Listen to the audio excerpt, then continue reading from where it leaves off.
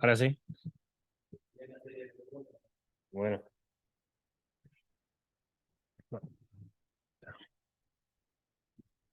Bien.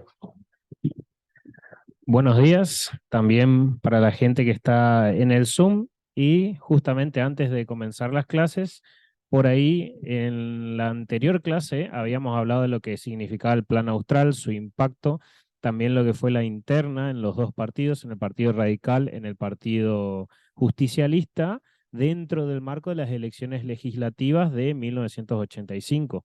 También hablamos de las consecuencias que tuvo el Plan Austral, cómo implicó su reacción de los grupos de interés, el sindicalismo y los grupos empresarios. Y bueno, con respecto a eso, si hay alguna pregunta, siempre antes de arrancar podemos avanzar sobre eso y vamos a tocar en esta parte ya lo que significa el gobierno de Menem, la alianza y también lo que significa, vamos a hablar nuevamente del proceso de reorganización nacional. Sí.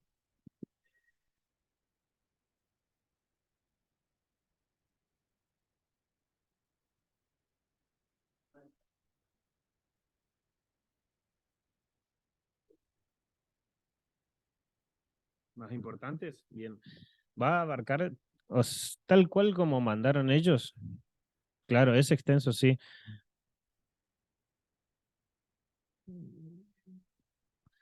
Bien, por lo general suelen tomar, como es multiple choice, suelen tomar lo que significan fechas, nombres, fórmulas presidenciales, quién eran los representantes más importantes en el poder legislativo, por ejemplo, en ese momento, hablando del contexto histórico, o qué implicó el proceso de reorganización nacional, quién eran sus principales exponentes.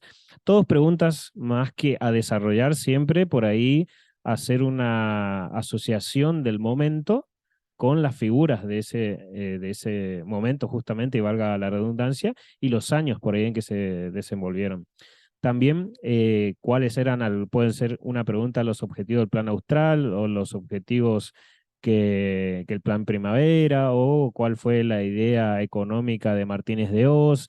Y siempre va a estar enumerado en ítems de 4 preguntas, por ejemplo, y van a ser muy similares. Generalmente cambia una o dos, tres palabras y esa es la idea del múltiple choice. Son alrededor de 20, 25 preguntas, no me acuerdo bien, pero generalmente son 20, 25 preguntas, más o menos, del examen.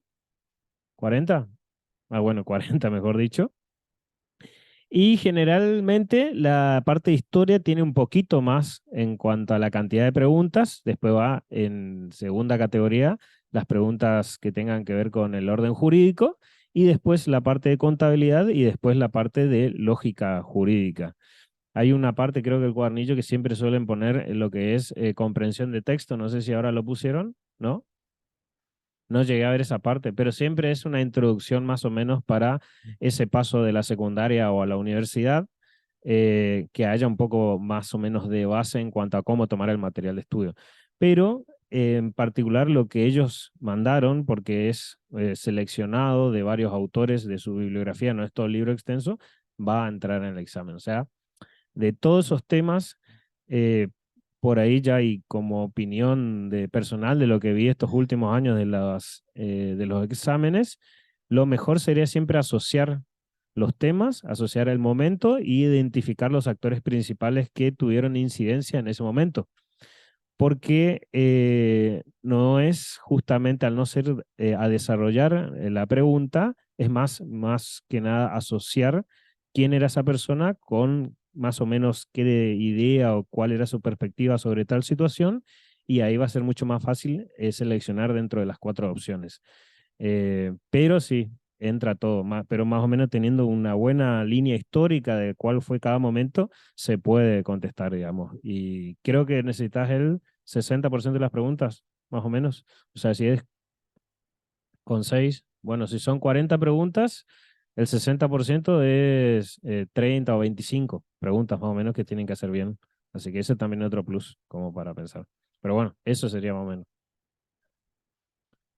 Bien. ¿No hay alguna otra pregunta acerca de lo que es el plano austral y todo lo de la clase pasada? Si no, arrancamos con esta parte que es también un poco, eh, nuevamente se hace un repaso de todo lo que ya vimos, pero desde el punto de vista ya desde otros autores y un poco lo que significó ya el gobierno de Menem y el gobierno de la Rúa y las posteriores crisis que se desencadenaron en Argentina.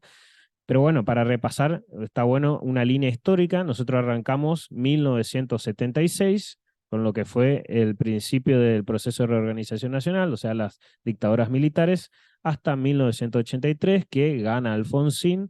Después se suceden los diferentes planes económicos de Alfonsín con sus ministros de Economía, que también se van sucediendo. Quizás el más importante es Surril, con el impulso del Plan Austral. Después también los ministros de Trabajo de Alfonsín, eh, Mucci sobre todo con su proyecto de reforma sindical, y después Casella y Barrio Nuevo, los que se van sucediendo, y todo lo que fue el conflicto sindical y el conflicto con los sectores empresariales, que se pueden destacar justamente desde la UIA, la Unión de Industriales Argentinos y demás. Posteriormente a eso, ya vamos a ver en esta parte lo que es el gobierno de Menem, que asume en 1989. Alfonsín deja antes su mandato, no lo llega a terminar, y es que ahí asume Menem, y también tiene una sucesión de ministros de Economía hasta llegar a quizás el más importante de él, que fue Domingo Cavallo, y que implementa este plan de convertibilidad, que eso todo vamos a hablar ahora. Pero antes de eso, nuevamente el material hace un repaso de lo que significó la dictadura. Así que vamos a entrar nuevamente y vamos a hacer un poquito también a modo de repaso rápido lo que fue el proceso de reorganización nacional ya desde el punto de vista de otro autor. Bien. La última dictadura militar, dijimos, fue del 76 al 83, o sea, fue 6 años dentro de la Argentina en ese periodo, donde militares y liberales ortodoxos, estos liberales ortodoxos justamente son líderes empresariados vinculados en especial al mundo de las finanzas, economistas y exfuncionarios anteriores del gobierno. Recordemos que todos los golpes militares fueron golpes cívicos militares, o sea, hubo una parte de la sociedad que colaboró o impulsó también un golpe de Estado dentro del país. Por eso es que acá el autor lo pone como liberales ortodoxos, en este caso, quienes estaban interesados en que surja un golpe militar en la Argentina. Bien, juntos, militares y liberales asumieron que la demagogia y el populismo de los partidos tradicionales tenían sus raíces en el orden económico estatal que los ortodoxos, encabezados por el ministro de Economía José Martínez de Hoz, prometían desmontar. En ese momento, lo que dice partidos tradicionales, en ese momento los más importantes en la Argentina eran el Partido Radical y el Partido Justicialista. Después, a raíz de la crisis política de ambos partidos y de la representación, van a surgir otros partidos importantes dentro de la Argentina, que eso lo vamos a ver como respuesta a una sociedad que no se sentía representada por ninguno de esos dos partidos. Bien, el proyecto de refundación político-económica que tomó forma durante el proceso de reorganización nacional está lejos de ser una rara avis, dice. Otra vez una palabra en latín, mucha de esta influencia del derecho romano, y lo que significa acá es ave rara en el sentido que era algo extraño todavía en ese momento en la Argentina. Esa es la metáfora que utiliza el autor. Bien, está lejos de ser una rara avis y posee características comunes con otros regímenes autoritarios fundacionales del Cono Sur. Lo distintivo del proceso de reorganización nacional es más bien su fracaso en ese sentido. ¿Por qué dice que no fue muy diferente de los otros gobiernos de facto que hubo en el Cono Sur, o sea, en Latinoamérica? Porque recordemos que en ese momento estaba en marcha el Plan Cóndor. Habíamos hablado de que el mundo estaba en un contexto de Guerra Fría y se había dividido el mundo en dos partes. El capitalismo, si se quiere, con su principal referente, que era Estados Unidos, y el comunismo o el socialismo o el promarxismo, que era con la Unión Soviética. Y una de esas ideas para que en el mundo occidental y sobre todo en América, con su principal interés Estados Unidos, no entren estas ideas marxistas, era a través del Plan Cóndor, para que en todos los países de Latinoamérica haya un golpe de Estado con una línea que impida el ingreso de estas ideas comunistas. Bien, los militares del proceso de reorganización nacional no resuelven una cuestión central que todavía existía, que era el déficit de autonomía del Estado, indispensable para una gestión reformista exitosa. Desde un comienzo fue la autonomía de la corporación militar, dice el autor, ocupando el Estado, pero no constituyó un proyecto propiamente estatal. ¿Qué quiere decir? Que no varió no varió mucho este concepto de cómo manejar el Estado ya por parte de los militares. O sea, en vez de ser un golpe de Estado que tenga su principal naturaleza o idea de dirigir todo lo que significaba las líneas de ese momento del Estado, no fue muy distinta a lo que fueron los gobiernos democráticos de antes, o sea, hubo una incapacidad de dirigir en ese momento las líneas del país. Sí,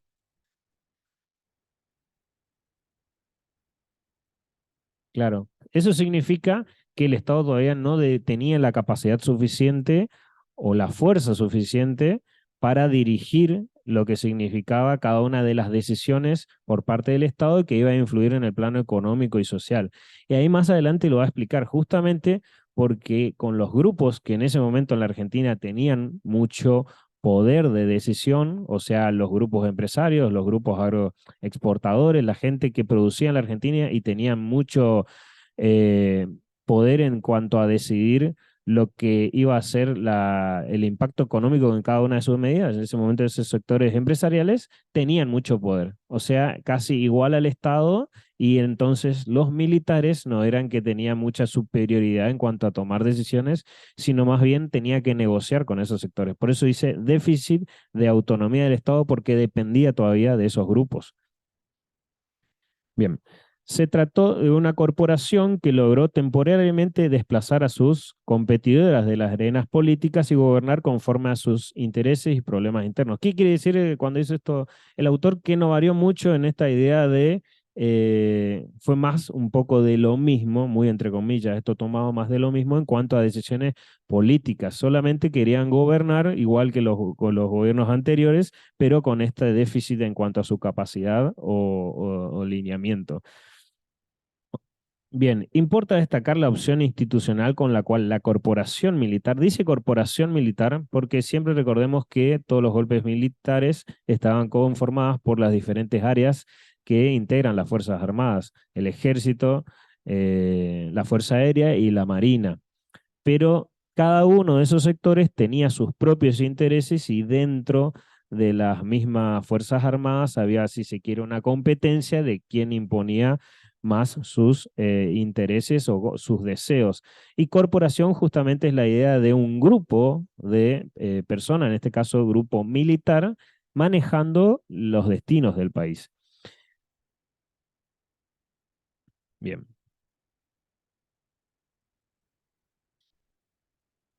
Esta vez las tres fuerzas ocuparon en Perdón. Esta vez las tres fuerzas ocuparon en tanto tal es el gobierno y se distribuyeron a través de un insólito criterio de cuoteo, la totalidad del aparato del Estado. En poco tiempo, cada parcela del Estado fue percibida como campo de maniobra propio de la competencia interfuerza. Esto es lo que decíamos hace un ratito, de que cada uno tenía su interés y que cada uno se iba a distribuir el Estado para tomar las decisiones.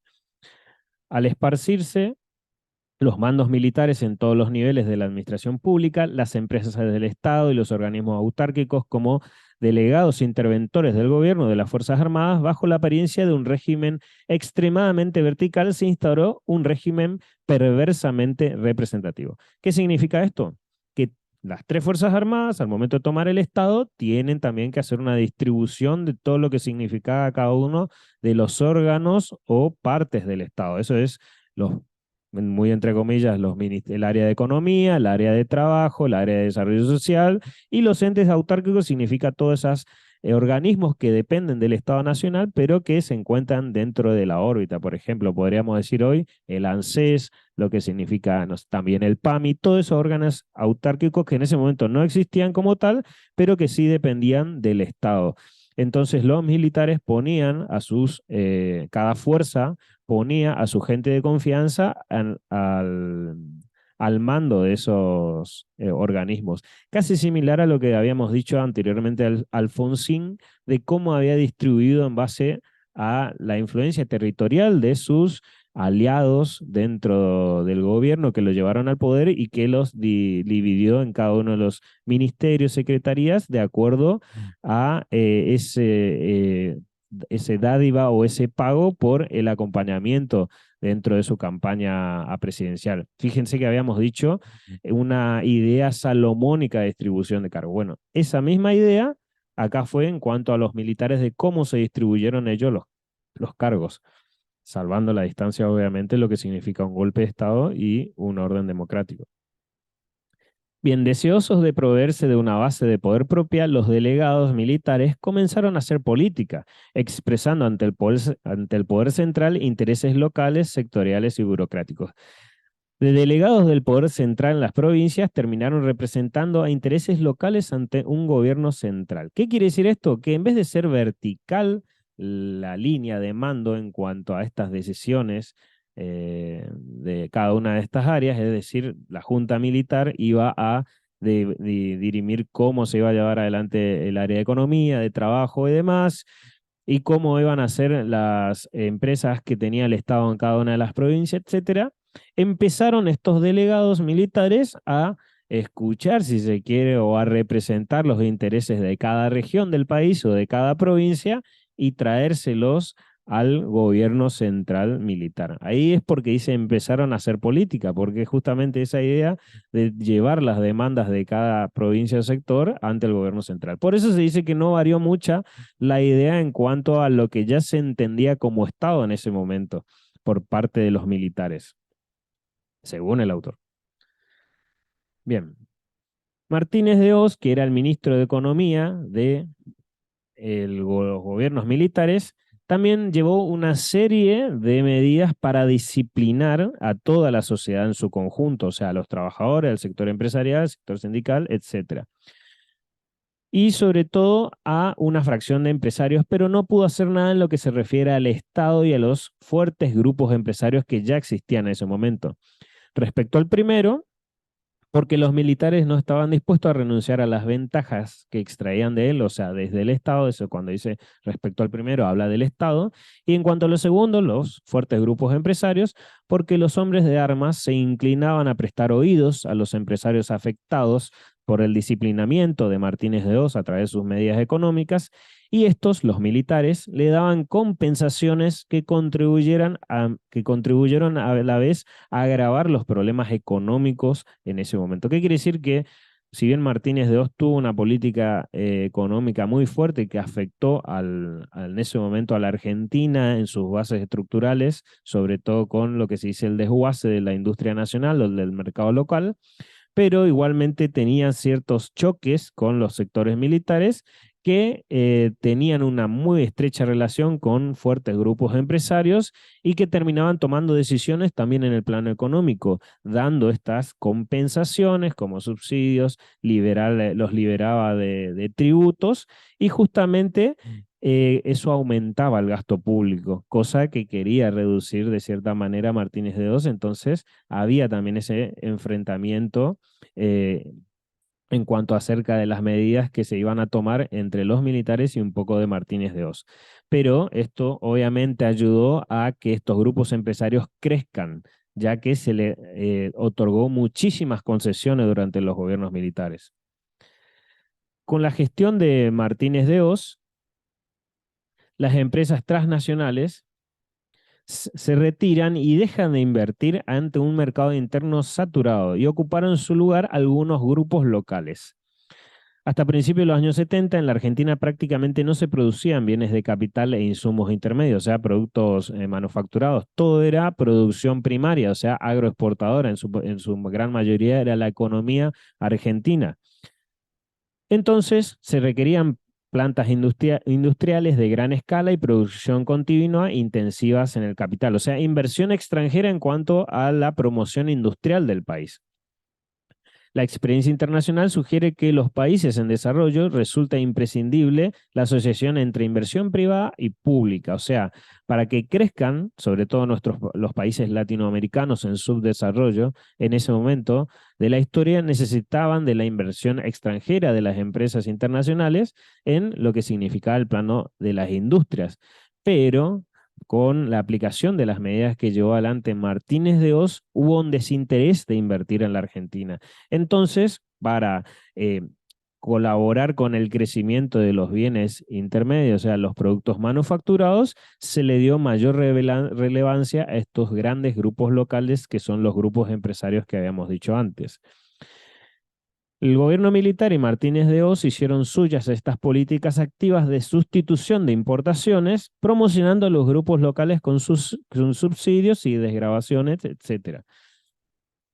La generosidad militar hizo posible que en 1976 la expansión de los grupos locales productores de bienes de capital e insumos intermedios crecieran en una escala completamente desproporcionada a la economía local que estaba en retroceso. O sea, estos selectos grupos locales empresariales empezaban a tener muchas concesiones por parte del gobierno militar y empezaron a crecer muchísimo más en un contexto de una economía que empezaba a retroceder. Por eso se dice de la desproporcionalidad entre lo que había en la generalidad y cómo estos grupos selectos empezaron a crecer muchísimo dada la generosidad militar con ellos.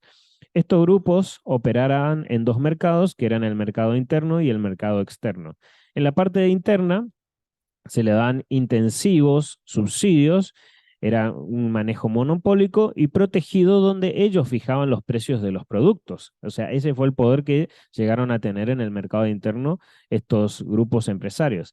Y en el plano externo, en el mercado externo, colocarán los saldos de una producción subsidiada por los militares a precios sistemáticamente por debajo de los costos de producción. ¿Qué quiere decir? Que ellos tenían una visión de ganar muchísimo más y para competir en el plano internacional ofrecían productos argentinos muy baratos, pero que no se compensaba con ese subsidio que se le daba en ese momento a los militares.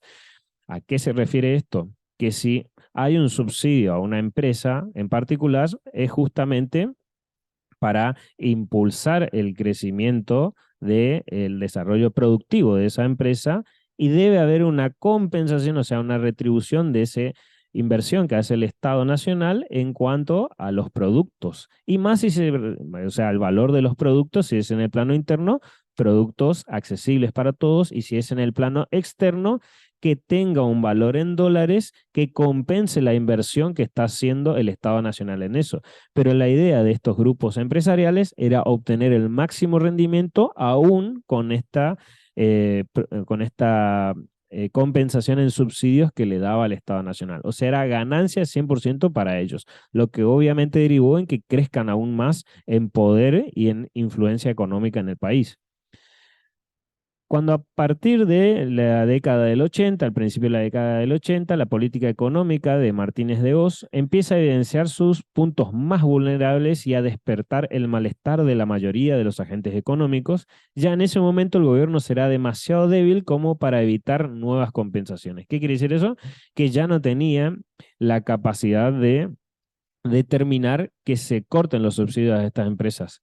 Por el contrario, ya estaba demasiado ligado a cómo ellos iban a manejar la economía argentina que no podían cortar ese flujo de subsidios, aún que había crecido ya el resto, el malestar en el resto de las agentes económicos minoritarios que también participaban en la economía del país, pero no tenían o no recibían estas privilegios por parte de los militares.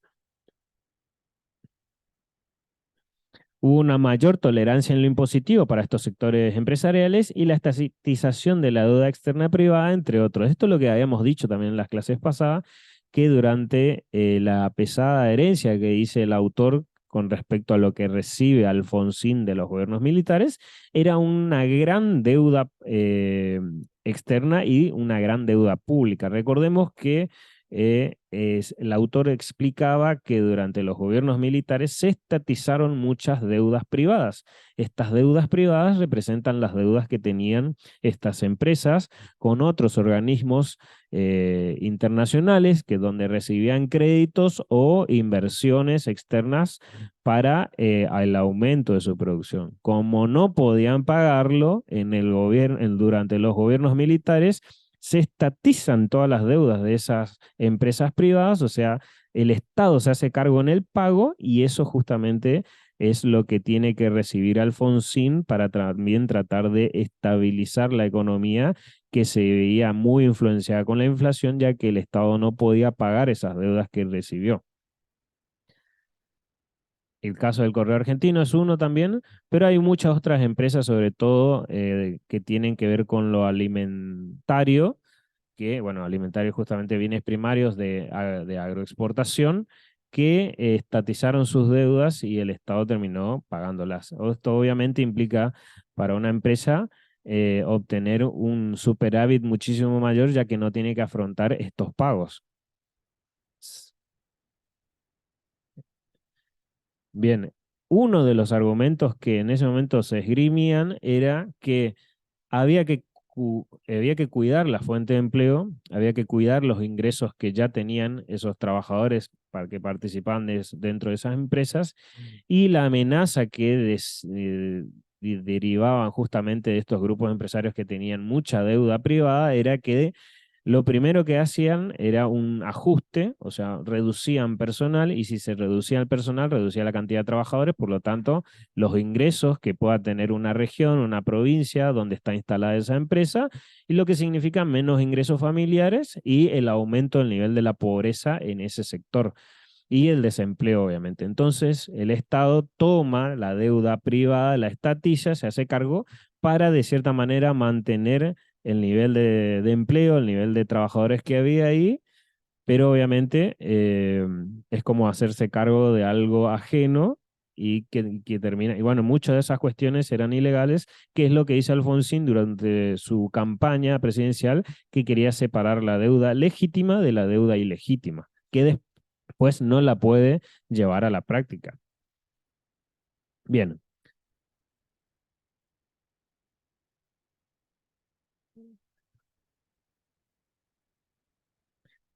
Por todas estas razones, la Alianza Liberal Militar mostró bastante pronto el carecer de coherencia y efectividad en lo que él aparentaba en la dirección del Estado. El espacio de maniobra para reformas resultó más aparente que real.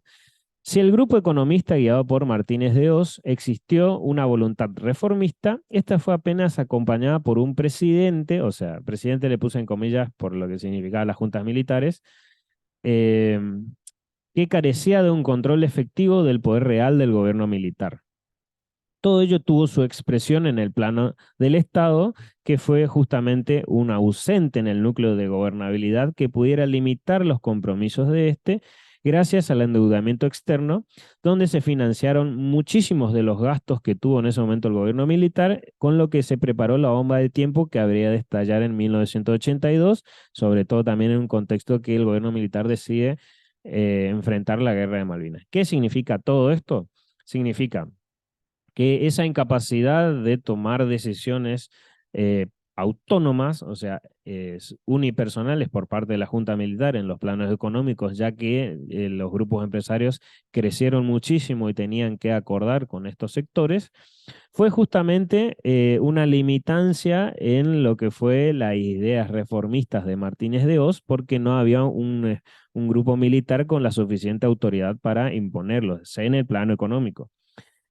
Y para mantener una cierta estabilidad en ese momento, porque todo esto obviamente generaba una desestabilidad económica en el país, lo que en ese momento se tomó por opción fue tomar muchísimo más deuda externa con los organismos multilaterales de crédito. Por eso también, recordemos en las otras clases, se hablaba de que en 1982, a finales, había un aparente estado de estabilidad económica, con buenos salarios, pero era producto de que todo eso se estaba sosteniendo con las deudas públicas que se tomaban, que en un momento obviamente se dejan de dar créditos al país porque ya se consideraba o empieza a caer la confianza en la capacidad de pago del país y obviamente cuando un país no puede pagar va a entrar en default y eso va a afectar toda la economía del país. Cuando dice que esto estalla en 1982, es justamente la situación económica lo que obliga a los militares a acordar la transición con la democracia. Ya eran incapaces de manejar el país en esos términos. El gobierno de la transición democrática. Cuando Raúl Alfonsín asumió la presidencia de la República, se estima que la economía y el Estado argentino eran básicamente sanos. Recordemos también esta idea que se decía que Alfonsín creía que la situación económica se iba a resolver con política y que también el regreso a la democracia iba a generar un estado de ánimo optimista con que enseguida íbamos a salir de esa situación. Y también en parte era porque se creían que todo era por un mal manejo de los gobiernos militares, pero en realidad el problema era más de fondo, el problema ya era estructural y requería medidas económicas mucho más fuertes. Las dificultades estaban vinculadas a factores externos que podían ser neutralizados con cierta facilidad. Lo otro era la pésima gestión militar que dijimos, más la presencia de debilidades estructurales que afectaban en profundidad al sector público y a la competitividad internacional. La competitividad internacional se refiere a los productos que exportaba la Argentina y que en ese momento o bajaban el precio de los alimentos o subían o eran poco competitivos, entonces ingresaban pocas divisas al país, o sea, dólares para pagar esas deudas, y eso también fue todo un combo que termina implosionando después en la hiperinflación. El regreso de las instituciones al orden constitucional se consideró como una refundación a partir de la cual la democracia se constituía la piedra angular que reordenaría las relaciones sociales y políticas argentinas. La atención de la sociedad y los partidos se centró, al menos por un tiempo, en la recuperación institucional y la cuestión de los derechos humanos. Recordemos la agenda con la cual había comenzado el gobierno de Alfonsín, que se basaba sobre todo en llevar adelante el juicio de las juntas y también lo que era una reforma institucional, sobre todo en la parte de los sindicatos. No era la cuestión económica lo principal en esa primera etapa.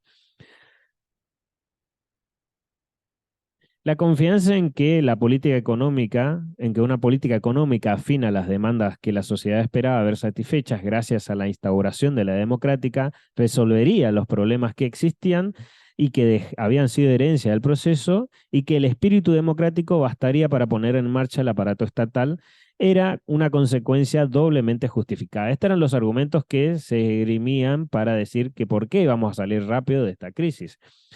Justamente se basaba en ideas tradicionales sobre la cuestión económica y la administración. Recordemos que en un momento, con respecto a esto, vira la perspectiva que se tenía sobre la economía durante el gobierno de Alfonsín con su cambio de ministro de Economía, o sea, cuando entra Juan Carlos Urril, que él impulsa el plan austral, que era justamente un congelamiento de precios y salarios, porque ya se entendía que había que entrar con una medida de shock o una medida de sorpresa para tratar de controlar la economía que se estaba desbarrancando.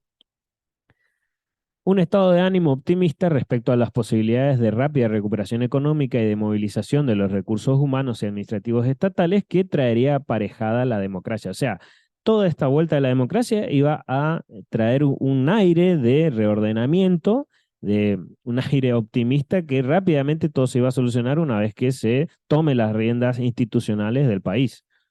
Esa era la creencia que se creía en esta primera parte del gobierno de Alfonsín. Por eso decimos que esta parte del material, decíamos al principio, es muy repaso de todo lo que dimos antes. Pero bueno, si está en el material, seguramente hayan preguntas al respecto sobre esto, así que vamos a desarrollarlo. Esta confianza contribuía a un déficit grave de las capacidades analíticas de los políticos y su entorno, no derivado de una falta de competencia, sino del liso y llano desconocimiento de la situación fiscal en lo atinente a alguna de sus variables más cruciales. ¿Qué quiere decir? Que no era que había una falta de capacidad en el gobierno de Alfonsín para llevar adelante, no, sino era que había un desconocimiento total de cómo estaba la economía argentina, de cómo estaba cada uno de los resortes que compone el país, y ese desconocimiento después justamente derivó en que se acelere muchísimo la inflación a pesar de las medidas económicas que se impulsaron. La magnitud y composición de la deuda externa era uno de los temas, la estructura y rigidez del gasto público y de las subvenciones al sector privado y el deterioro de la administración tributaria, etc. ¿Qué son las subvenciones del sector privado? Son ese aporte, esa ayuda que viene de parte del Estado hacia estas empresas o, por ejemplo, empresas productoras de algún bien. El Estado le ayuda para que puedan aumentar los niveles de producción y esa ayuda se llama subvención. Dentro de todas las ayudas están los subsidios, los desgravámenes, etcétera. Pero ese acto de ayudar de parte del Estado a esas empresas sí, o a ese sector productivo se llama subvención. Deuda externa. Alfonsín prometió intentar llevar a cabo una discriminación, como decíamos, de la deuda legítima y de la ilegítima, que obviamente después sus funcionarios tardaron meses en convencerse, ellos mismos y también sobre todo Alfonsín, que era imposible llevar materialmente esa diferenciación. Que recordemos por qué era imposible llevar adelante esa discriminación por todas las consecuencias que implicaban. Una de esas eran que muchas de las empresas que se habían privatizado de mala manera o contraria a la ley, si se anulaban ese proceso y se revertían, las empresas podían pasar nuevamente a manos estatales y había que hacerse cargo de todo el gasto que implicaba esa empresa. Y como el gobierno no quería sumar más gasto público y por el contrario también no tenía una capacidad de contener a esa nueva empresa estatal, lo dejaba tal cual como está. Y por eso justamente imposibilitó poder subsanar todas las deudas ilegítimas que existían. La transición argentina fue bastante peculiar y estuvo motivada por el derrumbe desde arriba. La salida democrática ha sido el resultado de una crisis terminal del régimen, o sea, de la junta militar, y el colapso no fue provocado por una movilización de la sociedad civil, sino más bien por un acelerado proceso de inflación que tiene que ver con los crecientes niveles de inflación que había y la incapacidad de administrar la economía del país por parte de las juntas militares. O sea, no es, si bien existían obviamente muchísimas, ya existían algunos paros por parte de los sindicatos y movilizaciones sociales, no eran lo suficientemente contundente para el gobierno militar hacerlo virar en cuanto a su idea de seguir administrando el Estado, sino más bien fue su incapacidad en el plano económico lo que aceleró el paso o la transición a la democracia argentina. Obviamente esto también se fue muchísimo más acelerado con lo que significó la guerra de Malvinas, el gasto de la guerra de Malvinas y sobre todo la derrota que terminó aún sentenciando más la conciencia social sobre que el gobierno militar siga llevando adelante los destinos del país. La transición fue vertiginosa, los partidos no tuvieron tiempo para evaluar la situación e identificar por anticipado cuáles eran esas restricciones estructurales que habían en la Argentina. Y el partido triunfante, o sea, el partido radical, le tocaría también pagar un alto precio por adquirir ese conocimiento a través del ensayo y el error. ¿Qué quiere decir? Que recién el gobierno de Alfonsín se da cuenta de todos los problemas estructurales que había durante su gestión. Por eso justamente se cambiaron los ministros de Economía, se impusieron muchos planes económicos, porque ahí recién tomaron cuenta de de la gravosa que era la situación económica del país. En paralelo a la elaboración del diagnóstico económico y de las opciones que de él se siguieron, se desenvolvió la interacción de los actores sociales y las corporaciones. Esto era lo otro que tenía que afrontar también el gobierno de Alfonsín, que era justamente, sobre todo, el sector empresarial y el sector sindical. El gobierno asumió al calor de ese mandato social reformista la relación con estos sectores y luego de triunfar en las elecciones, Alfonsín dispuso cumplir con su programa que había hecho campaña justamente política durante esas elecciones. Presentó, y no obstante, presentó poco o ninguna atención a los problemas de viabilidad política de implementar ese programa que el que tenía.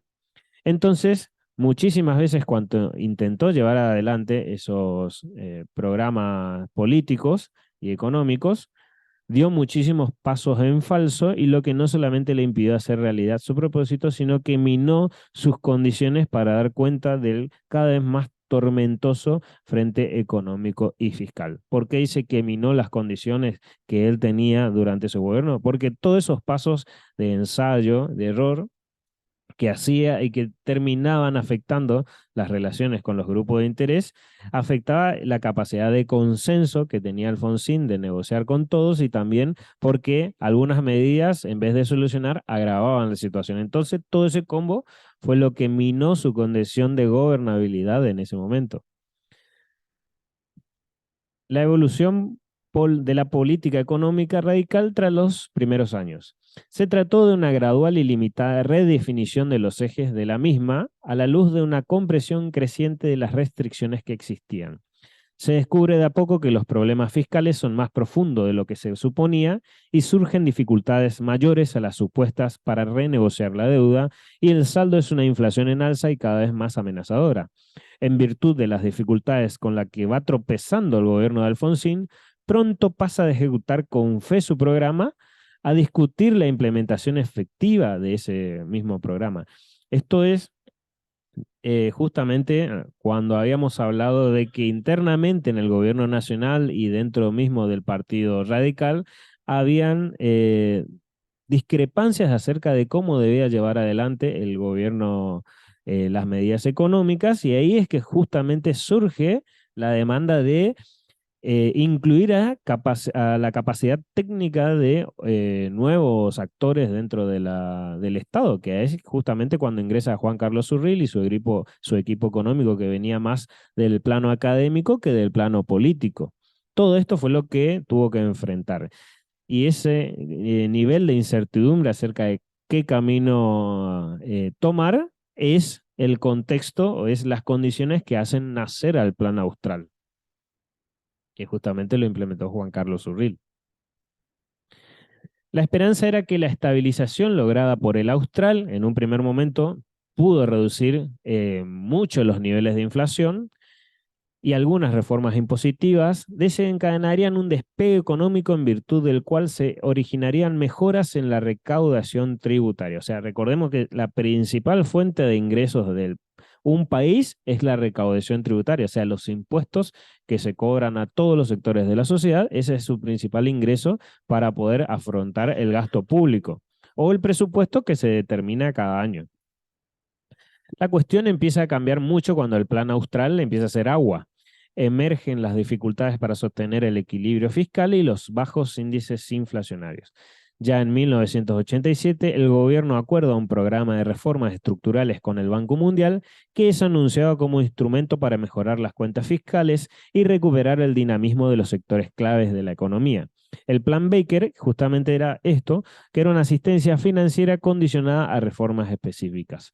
La consecuencia de todo ello será el estallido hiperinflacionario y el debacle del primer gobierno de la transición democrática. O sea, la primera víctima que se toma de la democracia, la inflación, y esta hiperinflación, recordemos que es hiperinflación cuando alcanza los niveles del 1000% anual, fue justamente el gobierno de Alfonsín.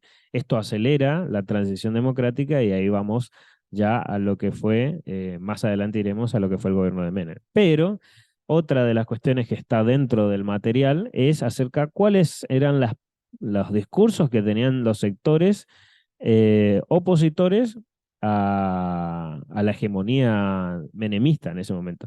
Nos salteamos, ¿no? Porque hablamos toda esta parte del gobierno de Alfonsín y sus medidas económicas y ahora cuáles eran los posicionamientos políticos de los radicales una vez que ya no estaban al frente del gobierno y que estaba el gobierno de Menem acerca de la manejo del país.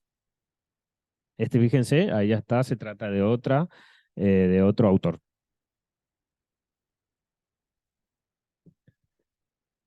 Bien, una breve contextualización del momento. Al asumir el poder en julio de 1989, Carlos Menem llevó a cabo un profundo e inesperado viraje ideológico hacia el neoliberalismo.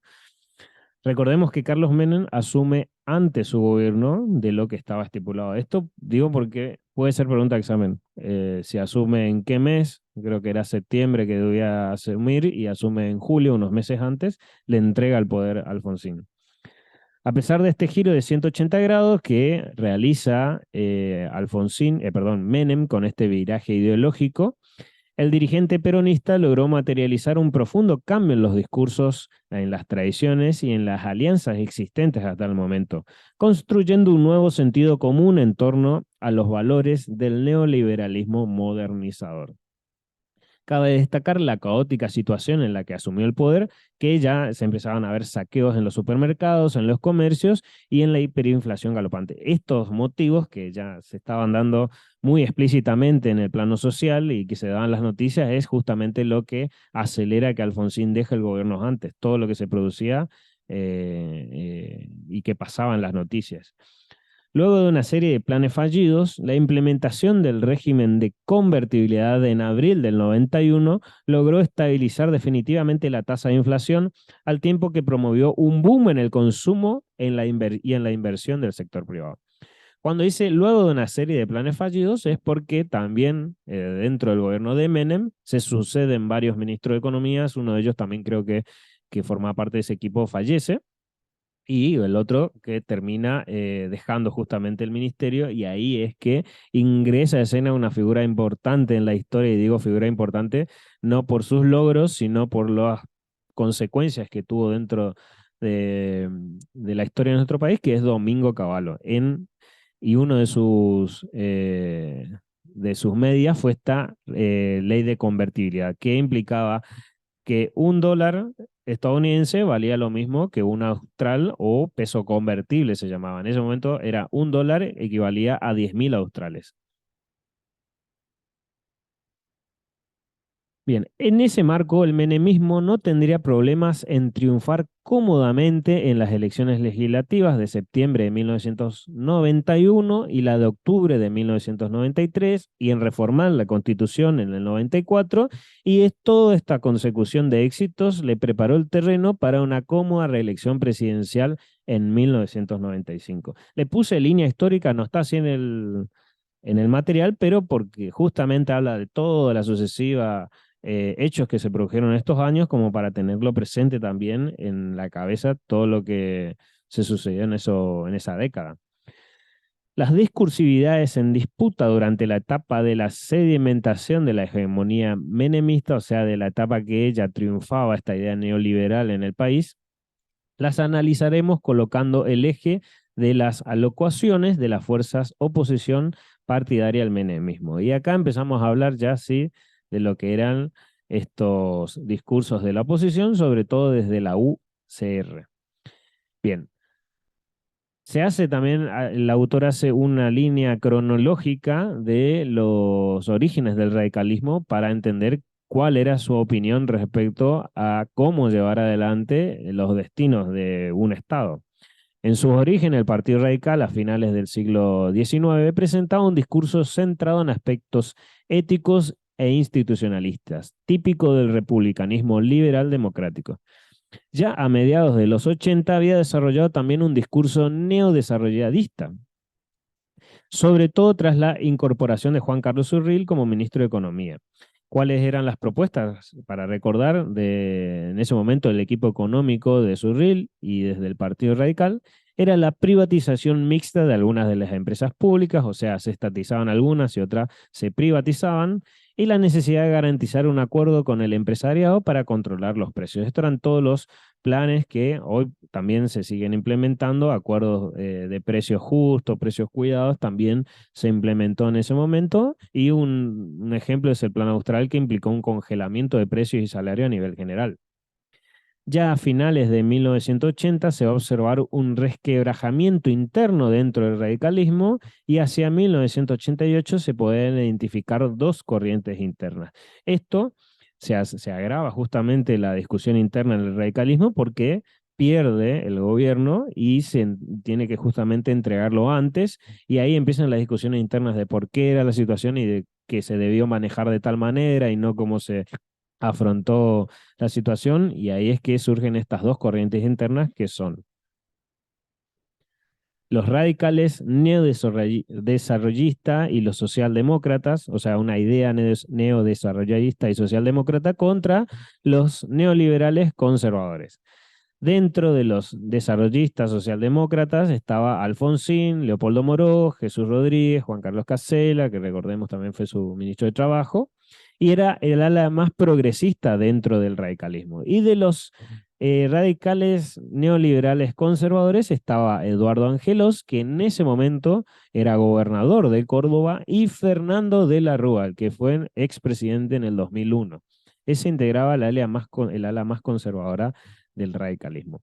Con la llegada de Menem al poder, ambas corrientes asumirían algunos elementos en común.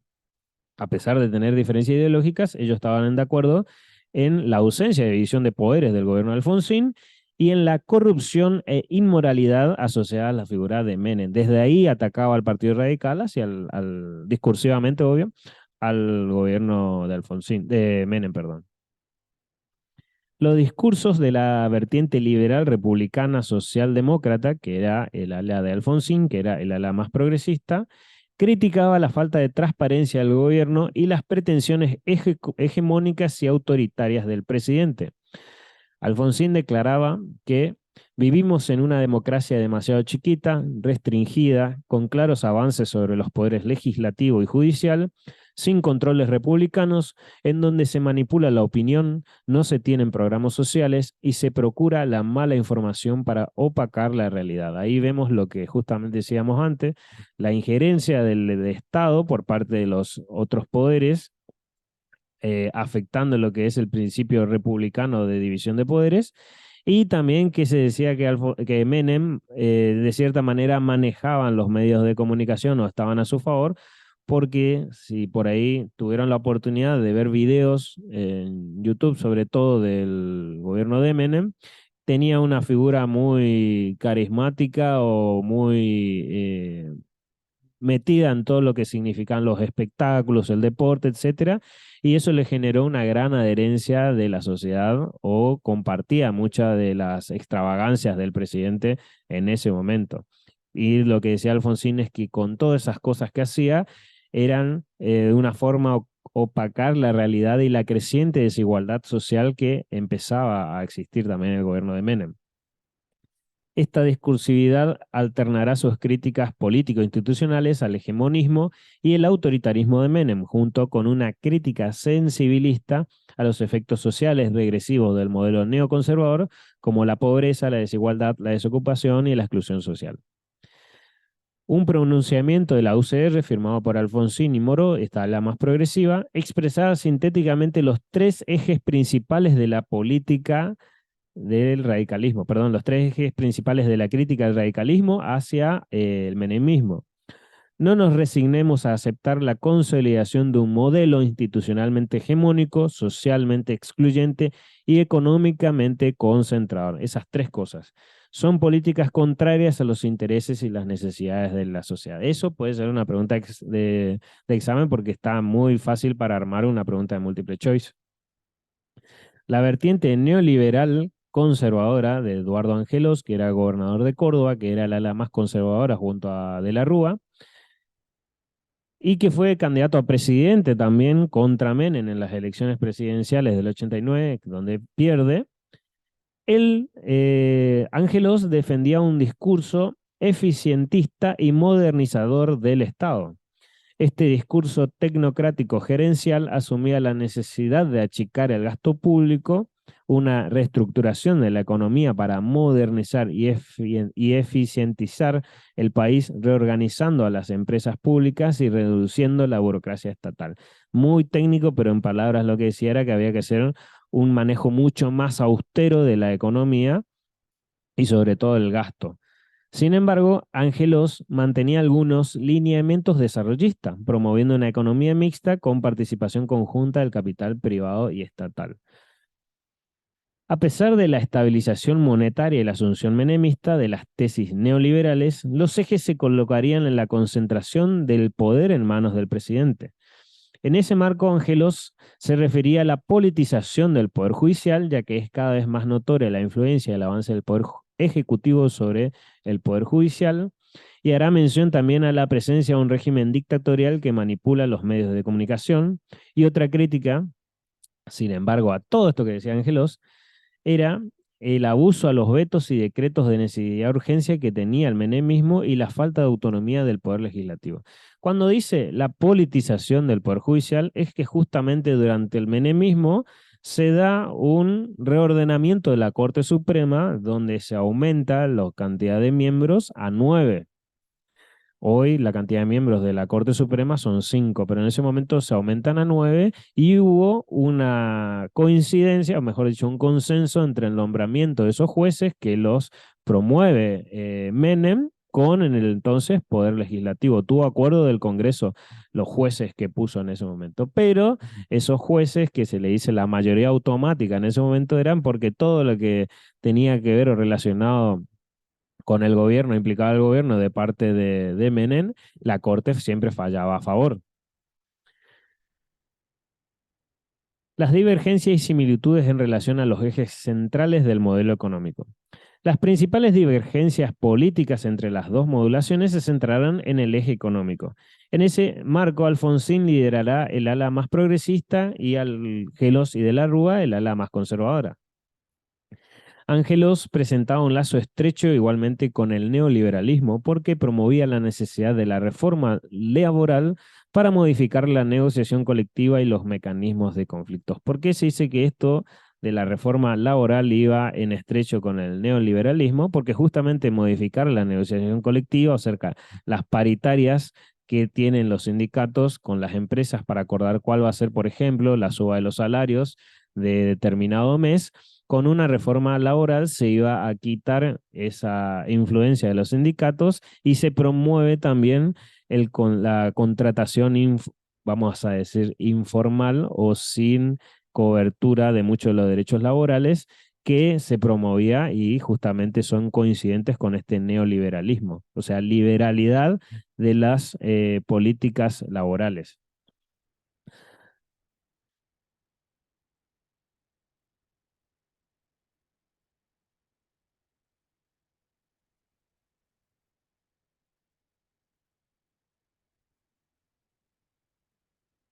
Claro, pero bueno, lo que el argumento en ese momento de los sindicatos era, está bien, pero el ajuste que se da para tratar de recaudar ingresos no debe ser por el bolsillo de los trabajadores. Y siempre fue el mismo argumento, mejor dicho.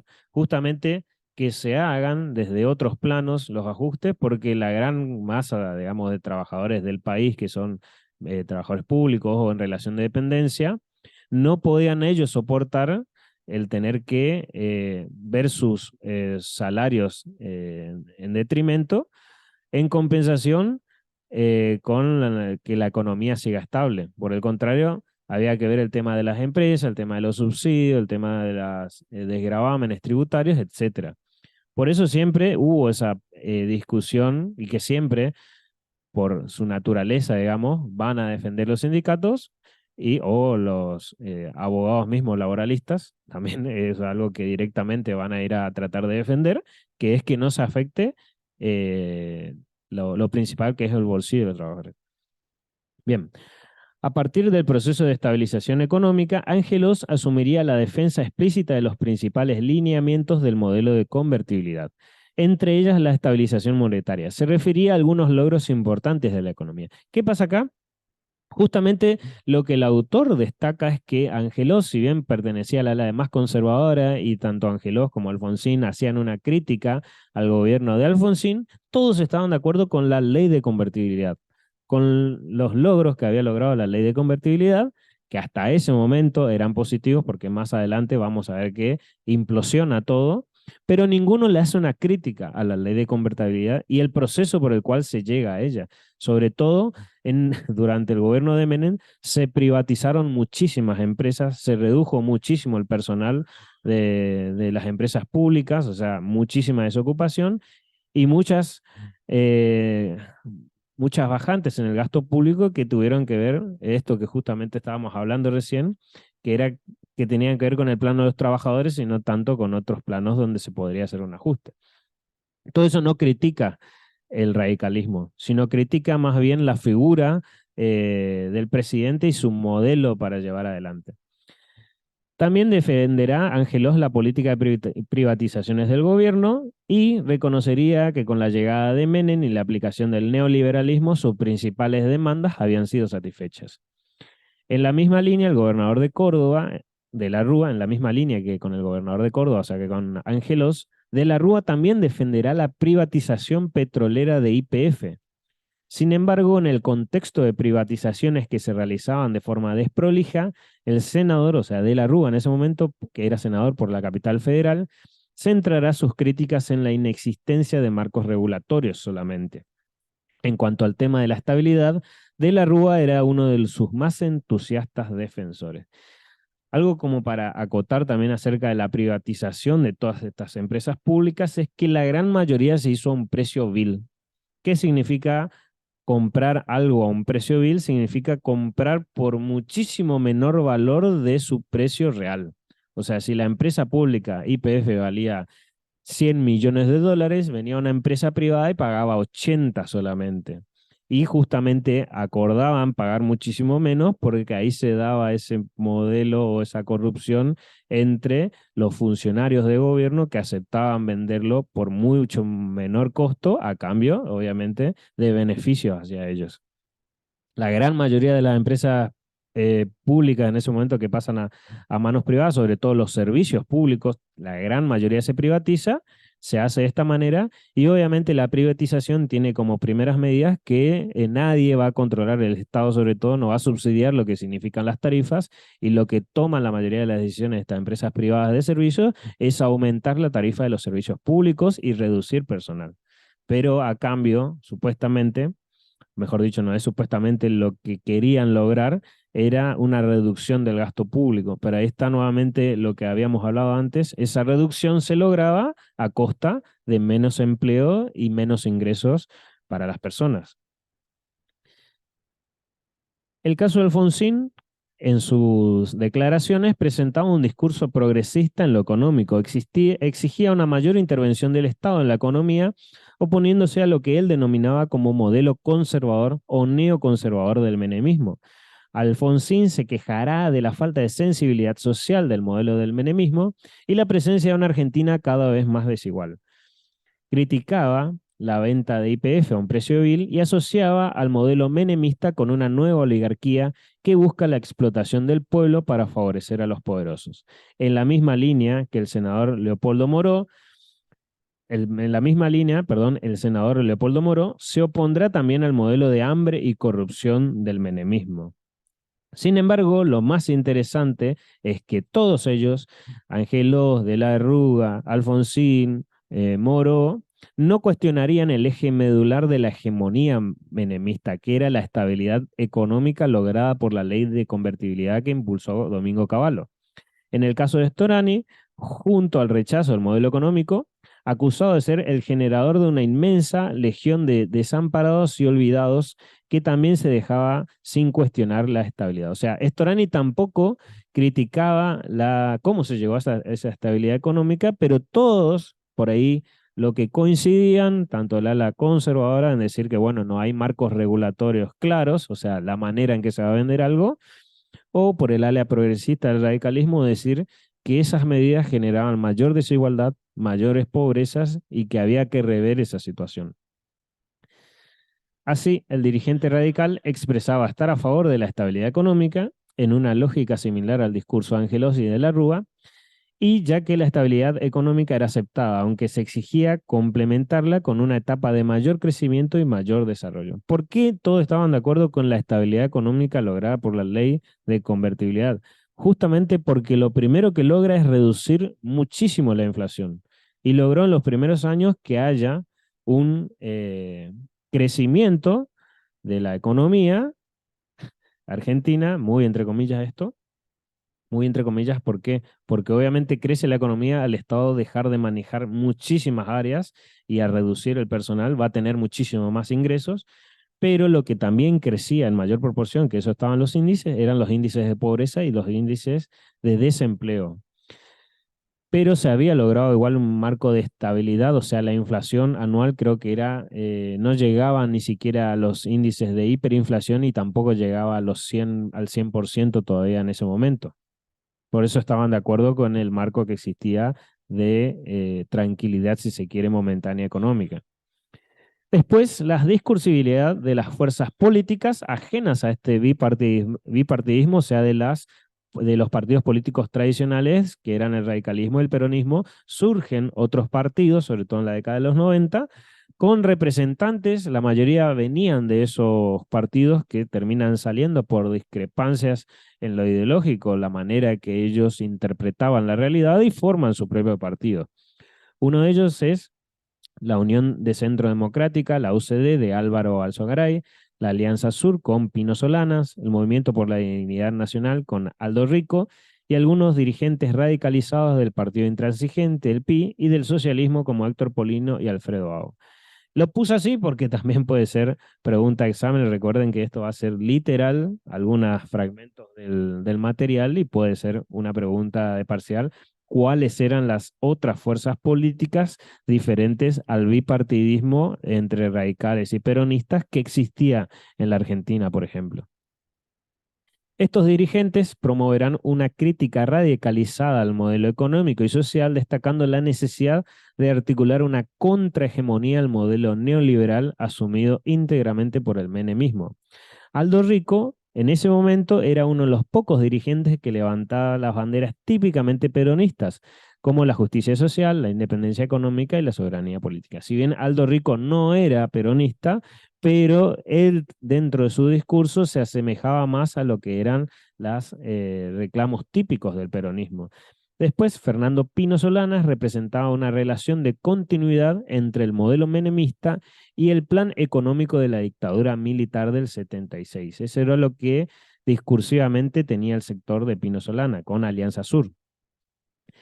Y definía Pino Solanas la venta de YPF como el despojo del siglo, mientras que la política de privatizaciones era considerada una entrega del patrimonio nacional.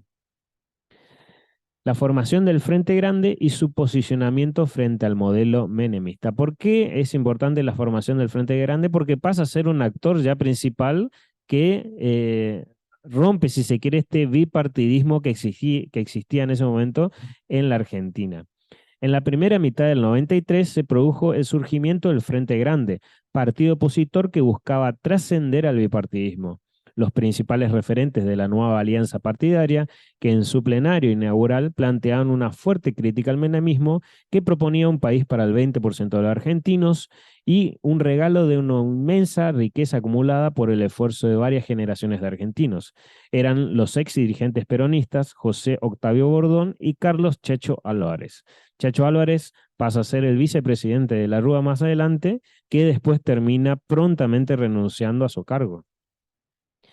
Estos dirigentes opositores no criticaban la base del modelo socioeconómico tampoco, al igual que el radicalismo, ellos no criticaban el logro de la estabilidad económica lograda por la ley de convertibilidad, ni pedían revisar lo actuado. Incluso aceptaban como legítima la estabilidad económica, aunque sí exigían la incorporación de elementos adicionales que la consolidaran. O sea, esto que antes habíamos dicho, un mayor crecimiento de la economía y un mayor niveles de estabilidad económica. A partir de la asunción de Menem, Carlos Chacho Álvarez había sido uno de los máximos referentes del antimenemismo, formando parte del grupo de los 8 diputados rebeldes que abandonarían la bancada justicialista en rechazo a la claudicación ideológica de sus principales banderas históricas. Esto pasa porque, bueno, Menem venía justamente logra el poder a través del Partido Justicialista. Pero como él hace un viro de 180 grados de las visiones típicamente peronistas, esto provoca una conmoción interna dentro del partido y hubo un grupo que decide abandonarlo y entre ellos un grupo que tenía su banca dentro del Congreso. Entre ellos estaba Carlos Chacho Álvarez. En el campo económico, Chacho, quien luego sería candidato a vicepresidente de Bordón por el Frente del País Solidario, el FREPASO, o sea, antes de ser candidato de la Rúa, fue de Bordón, rechazaría llevar a cabo una revisión de las privatizaciones llevadas a cabo por el menemismo. Y ahí le puse lo que él decía con respecto a esta situación, por ahí sí puede, no sé, se puede decir qué decía Chacho Álvarez respecto a la consecuencia económica que había en el país, y bueno, ahí puede ser que como opción del parcial. El lado más duro al modelo económico y social del menemismo se destacaban las figuras de Polino y Pino Solanas de Alianza Sur. Estos dirigentes no solo planteaban un rechazo al estilo del menemismo y a los costos sociales del ajuste, sino también a la necesidad de constituir una alternativa concreta a su modelo económico. Hacia 1994, ambos dirigentes se habían incorporado al Frente Grande, siendo electos como legisladores. Pero en el contexto de creciente diferenciación político-discursiva entre moderados y duros frente a la hegemonía neoliberal, a mediados del 94, Solanas concluiría por renunciar a su experiencia en el Frente Grande. Y una anécdota que se da en esta fecha de los 90 es que justamente a Pino Solanas lo balean. Y cuando lo balean, sale él desde la camilla, digamos, que estaba yendo en la ambulancia, y denuncia públicamente que quien lo mandó a balear fue Carlos Saúl Menem, por el ferviente discurso en contra de Menem que tenía en ese momento.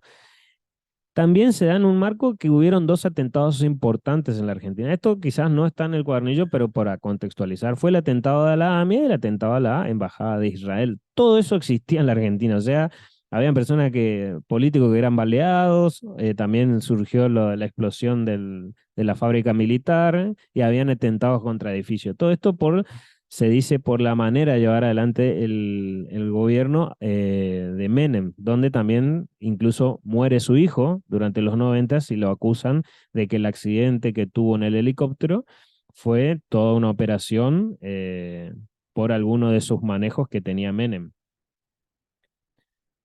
También en el 94 se da la reforma constitucional y se hace un acuerdo con el Partido Radical para llevar adelante el quórum necesario para una reforma constitucional, y ahí se ingresa la figura del Consejo de la Magistratura, que el Consejo de la Magistratura es el sector donde se proponen los jueces y se eligen. Y también otra de las cuestiones que se acuerdan es la reelección en esa reforma constitucional, que justamente le posibilita a Menem ser reelecto presidente. Eso fue toda una negociación con los dos partidos más importantes de la Argentina en ese momento, con el radicalismo. Bien, como una muestra de esta creciente moderación ideológica en las elecciones presidenciales del 95, el candidato del FREPASO, José Bordón, se posicionaba como un firme defensor de la convertibilidad y de la estabilidad. De esta manera, la hegemonía menemista se limitaba a una oposición mayoritaria de la figura de Menem y sus desprolijidades institucionales, complementando con una crítica moderada a los efectos sociales regresivos del modelo. La consecuencia es que el modelo de convertibilidad y los significados de la estabilización quedaban fuera del debate público. Toda esta parte es muy técnica y es muy discursiva a todos estos sectores, pero por ahí los estoy leyendo tal cual para que, aunque sea, quede en la mente al momento del examen, porque si uno quiere hilar fino, como suelen ser los exámenes, le pueden decir qué decía el FREPASO acerca de las políticas económicas de Menem, o quiénes eran la fórmula presidencial del FREPASO para enfrentar las elecciones presidenciales del 95, y ahí tienen que buscar, digamos, si está José Bordón y Chacho Álvarez, o le puede poner José Bordón y Eduardo Angelos, cosas así que sean lo mínimo para confundir, digamos. Bien, la política y la economía en la Argentina de los 90, la política económica de una sociedad en conflicto. Y ahora pasamos a otro autor que es Jorge Castro, que por eso decíamos que todo esto es una revisión de la mayoría de las cosas que ya vimos, pero visto desde otra perspectiva. El estallido inflacionario y la reconstrucción del poder político. En 1989, ya en ese último momento en donde se estaba yendo Alfonsín y empezaba a surgir Menem, o sea, empezaba a ser el presidente, la Argentina experimentó el primero de los dos estallidos hiperinflacionarios que tuvo el país. En ese año la inflación superó el 5.600% anual, y entre julio de 1989 y diciembre del 90 hubo un nivel de inflación superior a los 22.000% anual. Imagínense ahora en este contexto tener una inflación del 22.000% anual, lo que significaba vivir en esa época. A finales de la década de los 80, la situación política se caracterizaba por un derrumbe progresivo de la efectividad del Estado para gobernar. La explosión hiperinflacionaria entre los meses de mayo y agosto del 89 produce el colapso de las finanzas públicas y deja una situación fiscal deteriorada y un creciente endeudamiento público y las reservas internacionales en niveles mínimos. Así es que ingresa el gobierno de Menem con todo ese contexto, así como también ingresó el gobierno de Alfonsín, todos fueron ingresos con contexto desfavorable. La asunción anticipada del presidente Carlos Menem en el 89 constituyó el inicio de una serie de medidas políticas tendientes a restablecer la autoridad del Estado y a reconstruir sus capacidades institucionales tras el colapso hiperinflacionario y una situación total de ingobernabilidad. Cuando se inicia el proceso de estabilización de la economía mediante el plan de convertibilidad en el 91, la Argentina ya había restablecido y consolidado su estabilidad política e institucional en el marco interno y externo. Eso es lo primero que logra Menem, lograr cierta estabilidad política para llevar adelante las medidas económicas, como en este caso el plan de convertibilidad, que se implementa en 1991. Los principales logros de la convertibilidad fueron la eliminación de la inflación, o sea, de la hiperinflación sobre todo, un ritmo decreciente alto en los últimos 70 años, sobre todo en el aumento del PBI, el aumento de las exportaciones y el importante aumento en los niveles de productividad debido a la apertura económica, la modernización de los diferentes sectores de la economía, la revolución de las telecomunicaciones y la drástica eliminación de la inflación. Para contextualizar un poco también, ya en la década de los 90 cae este modelo dividido que existía del mundo. Ya no hay más Guerra Fría, cae la Unión Soviética, cae el muro de Berlín y triunfa el capitalismo. ¿Qué es lo primero que se da en esta década? La globalización. ¿Qué quiere decir? El intercambio de productos internacionales entre todos los países del mundo, porque ya cayó este modelo de país, perdón, del mundo dividido en dos.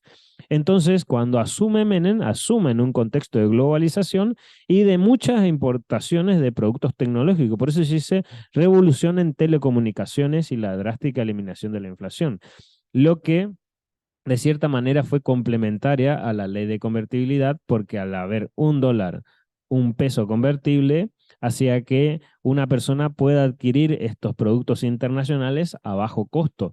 Y eso también obviamente tuvo su impacto en la economía local, en la industria local, porque las importaciones de estos productos eran muchísimo más baratos que las que se fabricaban localmente y una persona obviamente siempre va a ir a buscar el precio más barato. Pero por eso se da todo este aumento en los niveles de productividad que fue también beneficiado por ese contexto global. Los límites de la convertibilidad, el costo del capital y la dolarización. Y acá ya vamos a entrar en lo que significó justamente lo malo de la convertibilidad y que aceleró todo el proceso de inflación que se dio en el 2001. La convertibilidad no ha logrado resolver el problema del costo del capital, que depende de la percepción del riesgo. ¿Cuál riesgo? El riesgo país, que existe sobre los países emergentes y en especial de la Argentina y de las crisis financieras internacionales. Tras las sucesivas series de shock financiero internacionales que se producen en el 95, el efecto tequila, esto era lo que hablábamos en las otras clases, que pasó con México, que no podía hacer frente a los pagos de la deuda que tenía, entonces devalúa su moneda y también se declara en default. ¿Qué pasó con esto? Con la mayoría de los bancos que eran acreedores de México, se dan cuenta que toda la gran deuda que tenía México con ellos no iba a ser pagada y eso obviamente afectó toda esa economía. Desde ahí se da que nadie quería que vuelva a suceder el efecto tequila que se dio en el mundo. Por eso también, de lo que decíamos en la clase pasada, que el FMI y el Tesoro de los Estados Unidos colabora con el gobierno de Alfonsín en la implementación del Plan Austral, pero sobre todo que lo acompañe en la instalación del Fake Program, que era un programa que no hablaba de congelamiento de precios, pero que necesitaba la confianza internacional y sobre todo de los bancos de que el plan austral era bueno. ¿Por qué tenía esa actitud el FMI y el Tesoro de los Estados Unidos? Para evitar una nueva crisis internacional que tenía su antecedente directo con el efecto tequila. Bueno, ahora, ¿qué es esto de riesgo país? El riesgo país significa primero que nada, es una empresa estadounidense la que determina el riesgo país de todos los países que tienen deuda y sobre todo subdesarrollados, que justamente dicen, si la Argentina emite un bono que sale 100 pesos y te pone de interés 20%. Si Estados Unidos larga el mismo bono a $100, pero te pone interés del 2%, justamente esa diferencia entre el 20 que ofrece la Argentina y el 2 que ofrece Estados Unidos es debido a la confianza que existe. ¿Por qué? Estados Unidos te ofrece un 2% porque existe la confianza generalizada de que te va a pagar ese bono que está emitiendo.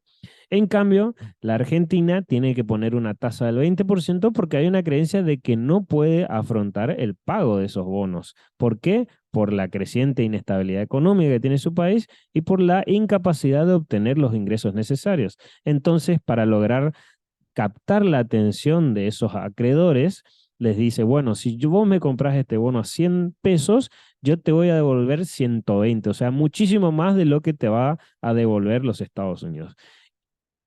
Pero termino, por favor, de esto para que se entienda bien. Entonces, esta diferencia entre el 20 y el 2%, que son 18%, lo que hace esta empresa estadounidense es determinar, este 18% significa 1.800 puntos de riesgo país. El riesgo país, entonces, esos 1.800 puntos, va a ser lo que va a mirar el mercado mundial, el mercado financiero, para determinar si la Argentina es viable o no comprar sus acciones, o sea, de las empresas argentinas, y también si es conveniente comprar los bonos que emite todo el tiempo para tratar de financiar sus deudas. Eso es el riesgo país, eso es lo que determina este momento. Perdón, pasa que quería que quede claro esa parte. Sí,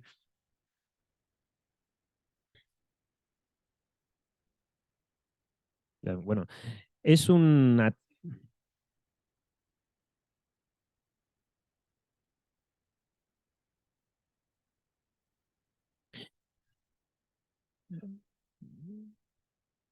Bien, la emisión de bonos es justamente una idea, una técnica económica que se da para tratar de afrontar la creciente deuda pública que tiene. Entonces, los países, todos los países y las provincias también emiten bonos y los lanzan al mercado. Una persona, cualquiera de nosotros, puede ingresar al mercado y comprar bonos argentinos. Esos bonos argentinos justamente dice que acá a 10 años vos compras a 100 pesos, por ejemplo, y de acá a 10 años el Estado argentino te va a volver 200 pesos. Pero si vos pones en sumas considerables, vos vas a tener una ganancia superior. Esa emisión de bonos que alienta a que las personas puedan comprar o las empresas, justamente es para ingresar dinero en ese momento y poder ir saldando deudas. Y se va a endeudar a futuro porque cree que a futuro va a tener un clima de estabilización económica mejor y que en 10 años va a poder contar con los recursos para pagar a todos esos deudores. Termina siendo justamente la idea para poder sobrepasar el paso de ahora. No sé si se explica. Emite bonos para tener ingresos que en 10 años te va a pagar. Para ahora pagar la deuda pública, que es mucho más grande con respecto al FMI, por ejemplo, que te está exigiendo todo el tiempo que mes a mes le pagues tanta cantidad de dinero.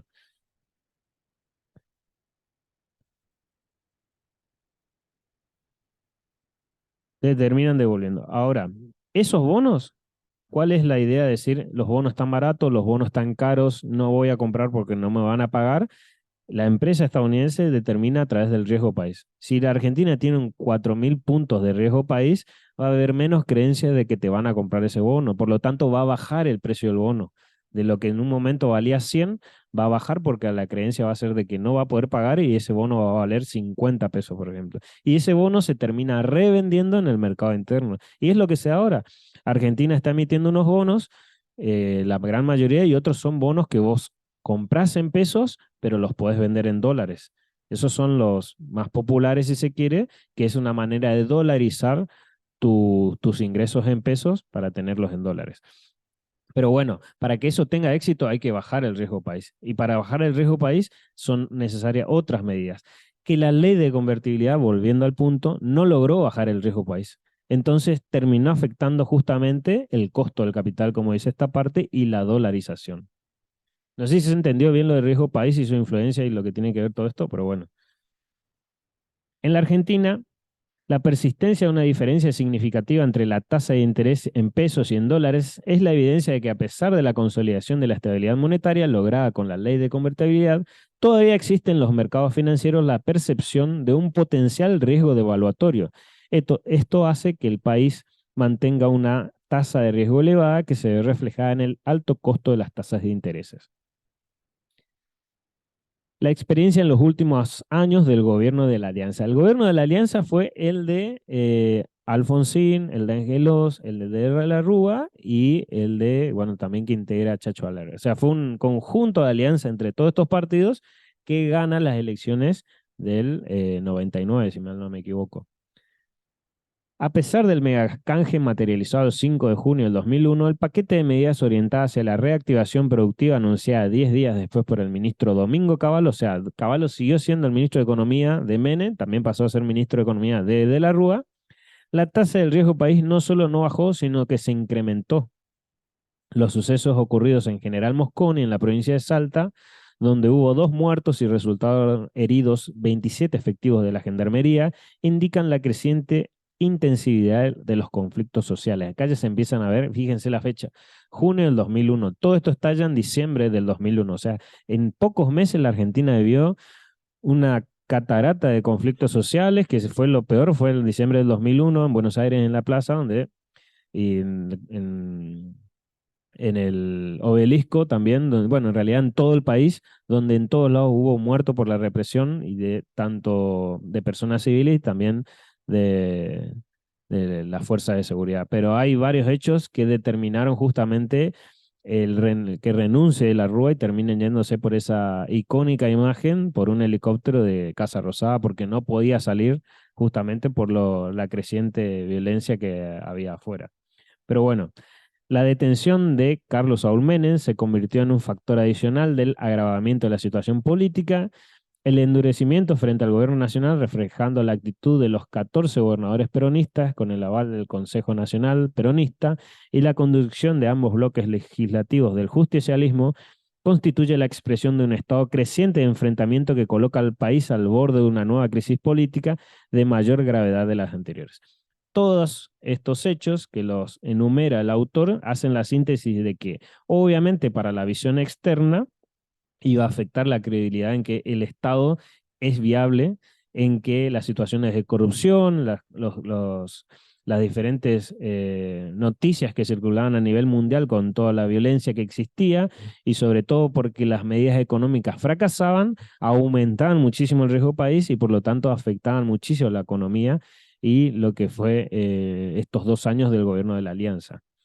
De allí que vuelven a instalarse en la opinión pública y en los medios de comunicación diversas variantes de acuerdos de gobernabilidad destinados justamente a enfrentar esta crisis. ¿Qué otra cosa más puede hacer la oposición para colaborar con la sustentabilidad política del gobierno, al que hace 3 meses le entregó facultades especiales de carácter extraordinario para que pudiera enfrentar la crisis? ¿Qué significan estas facultades especiales?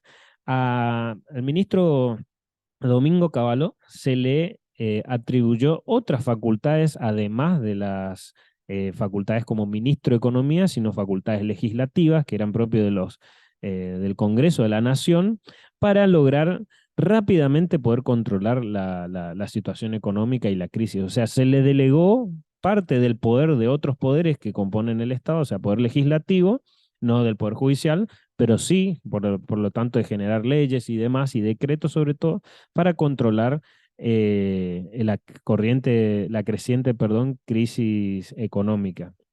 Entonces, por eso pregunta el autor, ¿qué otra cosa más puede hacer la oposición si se le entrega algo tan privilegiado como son facultades especiales? Imagínense que una persona reúna las facultades del Poder Ejecutivo y la del Poder Legislativo, o sea, tendría muchísimo poder en cuanto a la administración del Estado. Un ejemplo por ahí, si para algunos que recuerden, esto de facultades especiales puede ser asociado a lo que son las facultades extraordinarias que tuvo Rosas también en un periodo del país. O sea, con, concentró muchísimo poder de decisión acerca de los destinos del país en un momento determinado. En definitiva, lo que está ocurriendo en este momento en la Argentina es que la crisis política que el país experimenta, especialmente en lo referido a la falta de control de las variables fiscales y monetarias y que se revela en el aumento excepcional del riesgo país, parece haber escalado a un punto cualitativamente superior a lo que hasta ahora pasaba, en la que el cuestionamiento de la opinión pública al sistema político en su conjunto se concentra en quienes ejercen el poder del Estado, en el presidente de la Rúa y en el ministro Domingo Cavallo. O sea, acá ya empieza un describimiento de la sociedad acerca de que funcione la política y sobre todo de que funcionen quienes están al frente. En la década de los 90, la Argentina ha tenido que enfrentar shocks internacionales que se transformaron en profundas recesiones internas. El primero de esos shocks financieros fue la devaluación mexicana, el tequilazo, el efecto tequila, que desató justamente esto, el efecto tequila, y que fue calificada por el entonces director del FMI como la primera crisis financiera del siglo XXI. Esta crisis, que parecía un fenómeno exclusivamente regional, golpeó solo a dos países latinoamericanos, México y luego la Argentina. Era en realidad el preanuncio de las condiciones y características de los siguientes shocks financieros que se producirían en el mundo a partir del 95. En el año 2000 no se produjeron shocks financieros internacionales, sin embargo, mientras la economía se recuperaba, en la Argentina, justamente con independencia de lo que ocurría en el mundo, se transformó en una recuperación incipiente y cada vez más acelerada en una profunda recesión. O sea, mientras el mundo crecía, la Argentina retrocedía en el 99. En definitiva, lo que ocurrió en el 2000 fue una excepción a la regla de una magnitud tal que probablemente establece una nueva regla. La Argentina tuvo en el año 2000 un crecimiento negativo, una contracción del 0,7 del Producto Bruto Interno. Entre enero y diciembre representó una caída del 2% a pesar de que la economía mundial creció en ese periodo 5% y la mayor tasa de crecimientos en el mundo en los últimos 16 años. O sea, todo mal estaba pasando en nuestro país. La depresión del país es el resultado de la progresiva desintegración de la capacidad del poder político para gobernar. Un indicador clave es la evolución de la tasa de riesgo país, esto que hablábamos, que en la primera semana de octubre del 2000 subió 600 puntos básicos y entre la primera semana de octubre y la del 11 de noviembre, 1.150 puntos básicos en un mes. Esta situación fue lo que llevó a la intervención internacional a través del blindaje financiero como último resorte que impidió que la Argentina entrara en cesación de pagos y que esto igualmente fracasa. El blindaje financiero que promueve el FMI sobre la Argentina igual termina fracasando. El elemento político, entonces, la renuncia del vicepresidente de la Nación, Chacho Álvarez, que mostró al mundo y a la opinión pública que la alianza gobernante experimentaba una situación de desegregación política que hacía justamente que el default argentino surgido de la falta de crecimiento económico se tornara inevitable. Tanto el FMI, que se le dio en este periodo muchísimo protagonismo y sobre todo ya ayuda en tratar de salvar a la Argentina como sea, promueve este blindaje financiero, pero igual termina siendo incapaz de contener. Y a la vista, si se quiere, de gobernabilidad a nivel internacional, que el vicepresidente de una nación renuncie al poco tiempo de que asume un nuevo gobierno, genera esta idea de que ya había una inestabilidad política que iba a crecer y que el default argentino, o sea, la cesación de pago, la incapacidad de un gobierno de afrontar todas sus deudas, iba a ser inevitable. Y si un gobierno no puede pagar sus deudas, eso iba a tener restricciones en el plano económico internacional, comercial y sobre todo iba a ser mucho más agravada la situación. Hasta lo último se evitó la declaración del default argentino. El default argentino se puede caracterizar por la suma de dos factores. Un país que no crece mientras el mundo está en expansión, era esto que decíamos, mientras la economía mundial creció un 5%, la Argentina retrocedió un 2%. Esta descreencia en el poder político gobernante, una muestra que ante el sistema financiero internacional y la opinión pública nacional e internacional, que no había poder político capaz de tomar las riendas de este país. Justamente el mercado se trata de confianzas, de credibilidad y demás, y una de esas muestras es en la confianza o representación de que hay en un gobierno por parte de las economías regionales, de todos los sectores de la sociedad, y si no es capaz de eso siquiera, imagínense en el plano internacional. Y eso afecta a que inversionistas quieran venir al país a invertir, a generar ingresos o apostar en la industria si no hay esa capacidad justamente. La intervención del FMI en el mes de septiembre del 2000 evitó que la Argentina entrara en cesación de pagos. Sin embargo, el efecto del blindaje financiero internacional duró exactamente 2 meses. A partir del 2001, la tasa de riesgo país comenzó a subir nuevamente ante la evidencia que la Argentina no volvía a crecer. Y ahora terminamos toda esta parte con una pregunta que hace el autor y dice, ¿por qué el país no crecía pese al financiamiento constante que tenía por parte del FMI o con esta idea de blindaje financiero?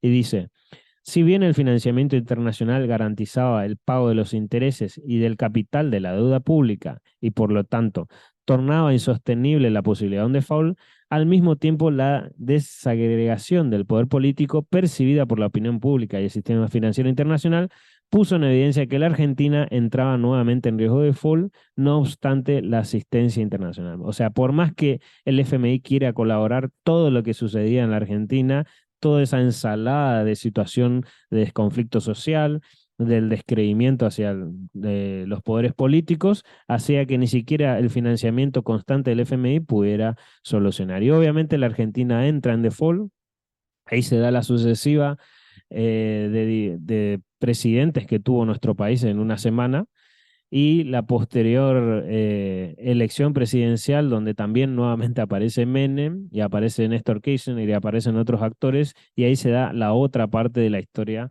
de nuestro país que no vamos a hablar porque el cuadernillo se detiene acá. Así que ya para esta parte terminamos todo lo que significa el módulo de historia. Si hay alguna pregunta con esto estos días, estamos a disposición justamente, cualquier cosa. Pueden hacer un mensaje porque estos creo que no sé cuánto falta para el examen, una semana o dos. Por ahí es crucial estar bien tranquilo con todos los conceptos.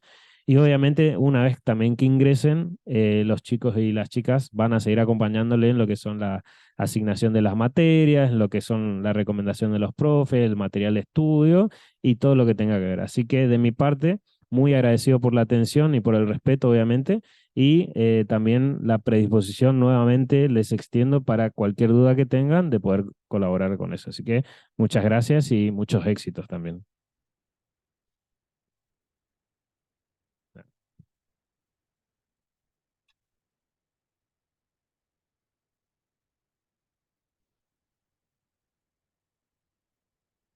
¿Cómo? ¿Hago una foto para el cierre de las clases? Bueno.